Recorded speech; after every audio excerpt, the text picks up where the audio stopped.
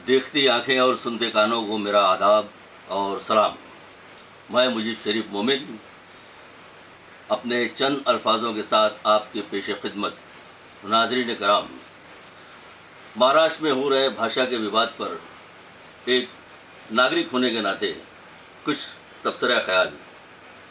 नाज़रीन कराम, मराठा सल्तनत बरसगीर में एक साम्राज्य हुकूमत थी जो 1674 से 1818 तक मौजूद रही।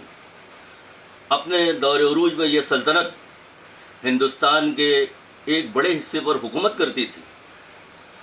मराठा सल्तनत के उरूज को हिंदुस्तान में मुगलिया सल्तनत के ज़वाल की सबसे अहम वजह समझा जाता है, क्योंकि मराठा कौम चाहे हिंदू हो या मुसलमान एक निडर, बेबाक, बहादुर और जफाकश कौम थी।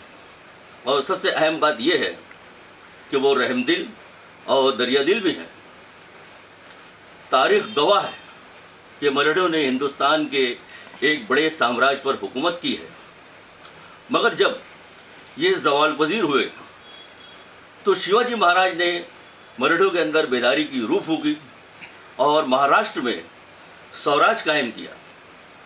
शिवाजी महाराज का दौर ख़त्म होने के बाद धीरे धीरे मराठा फिर गोशे गुमनामी में चले गए, ज़वाल पजीर हो गए, क्योंकि हिंदुस्तान में अंग्रेज़ों की हुकूमत का दौर शुरू हो चुका था और ब्रिटिश हुकूमत ने महाराष्ट्र के शहर मुंबई को गेटवे ऑफ इंडिया का नाम दे दिया था, जिसकी वजह से महाराष्ट्र एक तिजारती मंडी बन गया और देश के कोने कोने से लोग यहाँ आकर तिजारत करने लगे, मुलाजमत करने लगे और इसे ही अपना घर बना लिया, अपना मस्कन बना लिया। पिछले कई दहाइयों से महाराष्ट्र देश का सबसे बड़ा तिजारती मरकज़ माना जाता है।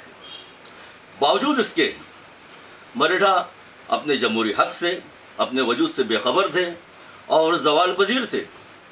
ऐसे में शिवाजी महाराज के बाद बाला साहब ठाकरे ने मराठों के अंदर अपने वजूद की लड़ाई लड़ने का एहसास दिलाया और इनके अंदर बेदारी की रूह फूकी और बाला साहब अपने आंदोलन में, अपनी तहरीक में कामयाब रहे। शिवाजी महाराज के बाद शिवाजी महाराज और बाला साहब ठाकरे ने मराठों के अंदर जो इनकलाब और क्रांति की मशाल जलाई, उसे तारीख़ में हमेशा याद किया जाता रहेगा। मगर आज जो हिंदी और मराठी भाषा के नाम पर विवाद हो रहे हैं, ये सब देखकर ऐसा लगता है कि अब भाषाएं भी सियासत का हिस्सा बन चुकी हैं, क्योंकि हिंदू और मुसलमानों का जो मामला है वो एक्सपायरी डेट होते जा रहा है और मस्जिद और मंदिर का जो तनाज़ा है उससे देश की जनता ऊब चुकी है।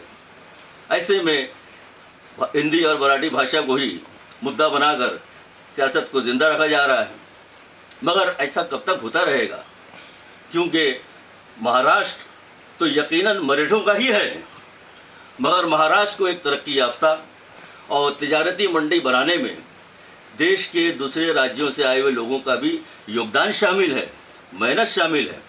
लिहाजा महाराष्ट्र मराठों का तो है ही है, उसके साथ साथ देश के दूसरे राज्यों के लोगों का भी यहाँ पर हक है, क्योंकि ज़बानें काट कर रख दी गई नफ़रत के खंजर से। मोहब्बत का रस हमारे दिलों में अब कौन घोलेगा? हमारे अहद के राजनेताओं को बस नफ़रत ही भाती है।